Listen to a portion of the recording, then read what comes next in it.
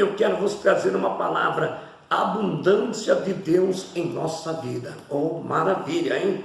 Lá no livro do profeta Joel, capítulo de número 2, versículo de número 19, está escrito assim: e o Senhor responderá e dirá ao seu povo: eis que vos envio o trigo, o mosto e o óleo, e dele serei fartos, e vos não entregarei mais ao opróbrio entre as nações. Olha que palavra linda. Você que está atravessando um período adverso, com dificuldade, né? As coisas raliando lá no seu celeiro, o dinheiro, olha, ali no limite, mas olha a promessa: e o Senhor responderá e dirá ao seu povo: eis que eu vos envio o trigo, e o mosto, e o óleo, e dele sereis fartos, e vos não entregarei mais o opróbrio, vocês não serão mais envergonhados entre as nações, entre os vizinhos, entre a família e entre a vossa parentela. Que coisa tremenda! Por que, meu amado? Porque haverá, e eu já profetizo, abundância de Deus em nossa vida. Amados, o trigo, o mosto e o óleo, nesse versículo que lemos, tem um grande significado para a igreja de Cristo. Serve-nos de promessa de que poderemos ter uma vida espiritual abundante, alegre e consagrada ao Senhor. Abundância é grande quantidade, profusão, opulência, abastança, suficiência e fartura. Está preparado para receber? Primeiro ponto: o trigo significa o sustento. Deus sempre supre o seu povo, pelo menos em 3 áreas específicas. Primeiro, naquilo que é necessário para a tua sobrevivência. Você não vai morrer, não. Ei, se o crente tem um salário rebaixado no seu trabalho e precisa sustentar os seus filhos, certamente enfrentará uma situação muito difícil. Mas nessa hora ele deve lembrar-se que o mesmo Senhor que sustentou mais de 2 milhões de pessoas durante 40 anos no deserto, pode também sustentar a sua família. Ei, Deus usou corvos para sustentar o profeta Elias, lá em 1 Reis 17:4. Deus alimentou a viúva de Serepta, em 1 Reis, e mais de 20 mil pessoas, entre mulheres e crianças, lá em Marcos 6:39. Porque Deus usa as coisas vis e fracas desse mundo. 1 Coríntios está escrito: para que todos saibam que somente um milagre seu pode sustentar o homem necessitado. Devemos então nos alegrar mesmo nas circunstâncias adversas. Abacuque diz isso: o justo nunca mendigou pão. Salmos 37:25.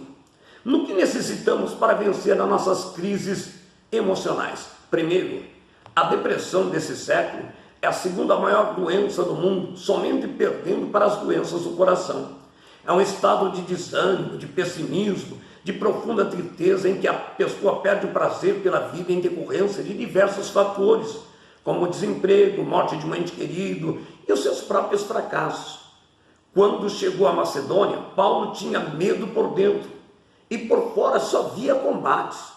Esse apóstolo estava física e emocionalmente fragilizado, mas Deus, que consola os abatidos, enviou-lhe Tito para o consolar, segundo Coríntios capítulo 7 em diante.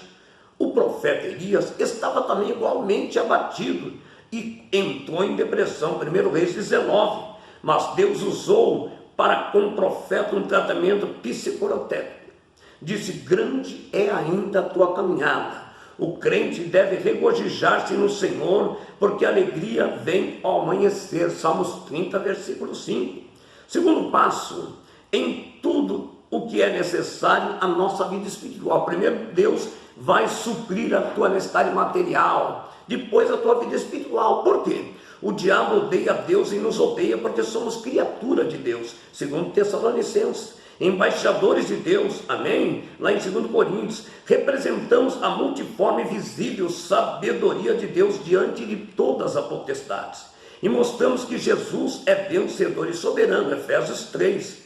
Se o Senhor não nos sustentar, não poderíamos vencer o diabo.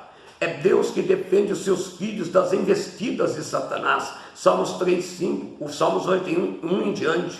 O mosto, meu amigo, é o vinho em fase de fermentação, significa a alegria do povo de Deus.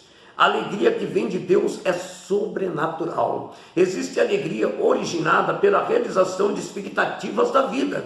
Porém, a alegria do crente pelas coisas celestiais é sobrenatural. Terceiro, a alegria que vem de Deus não depende das adversidades da vida. É a mesma alegria transbordando, a que está em Atos dos Apóstolos, capítulo 2. Esta é a mesma alegria que sentiram Paulo e Silas, mesmo quando estavam presos no cárcere. 3 motivos para nos alegrarmos, meu amado.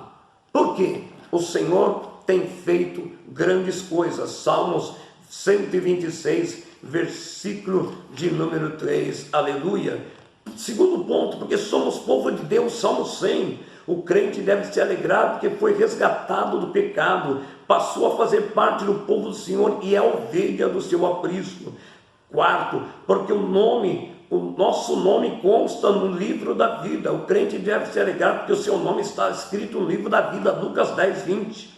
E o óleo significa a unção do Espírito. Ele atua em 4 áreas específicas na nossa vida. O óleo, ele trabalha para que os homens se convertam. Ainda haverá nessa terra uma salvação como nunca. Os crentes serão usados como nunca para ganhar almas da última colheita. Olha aí. Segundo, ele envia poder sobre a sua igreja. Se o crente ainda não é batizado no Espírito Santo, ele será batizado. Terceiro, ele opera os dons espirituais. Ele distribui dons para toda a igreja. O crente batizado no Espírito Santo e que busca os dons pode, entre outras coisas, pôr a mão sobre os enfermos e esses serem curados. Quarto, ele desfaz os laços do diabo e do maligno. O crente ungido pelo Espírito Santo tem poder e autoridade para desfazer os laços do diabo e alcançar a vitória sobre todos os problemas da vida. Escuta, uma conclusão. A alegria que existe no céu, ela é inesgotável. Ainda que o mundo e as pessoas estejam tristes, o crente permanece alegre, principalmente pelo fato do que ele foi salvo por Deus. Diz a tristeza, você serve um Deus de alegria. A Bíblia diz que diante do Senhor até a tristeza salta de alegria.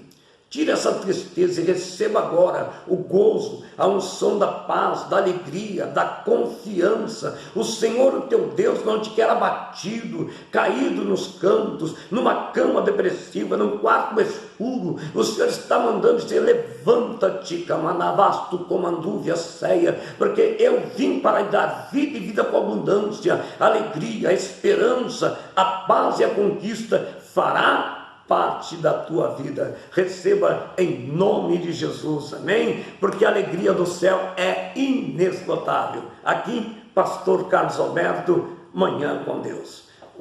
O Senhor é meu pastor e nada me faltará. Se Deus é por nós, quem será contra nós? Operando Deus, quem impedirá? Que a graça, a comunhão, a virtude e as outras consolações do Espírito Santo repouse e esteja para presente sobre cada vida, hoje e para todo sempre. Amém, Jesus.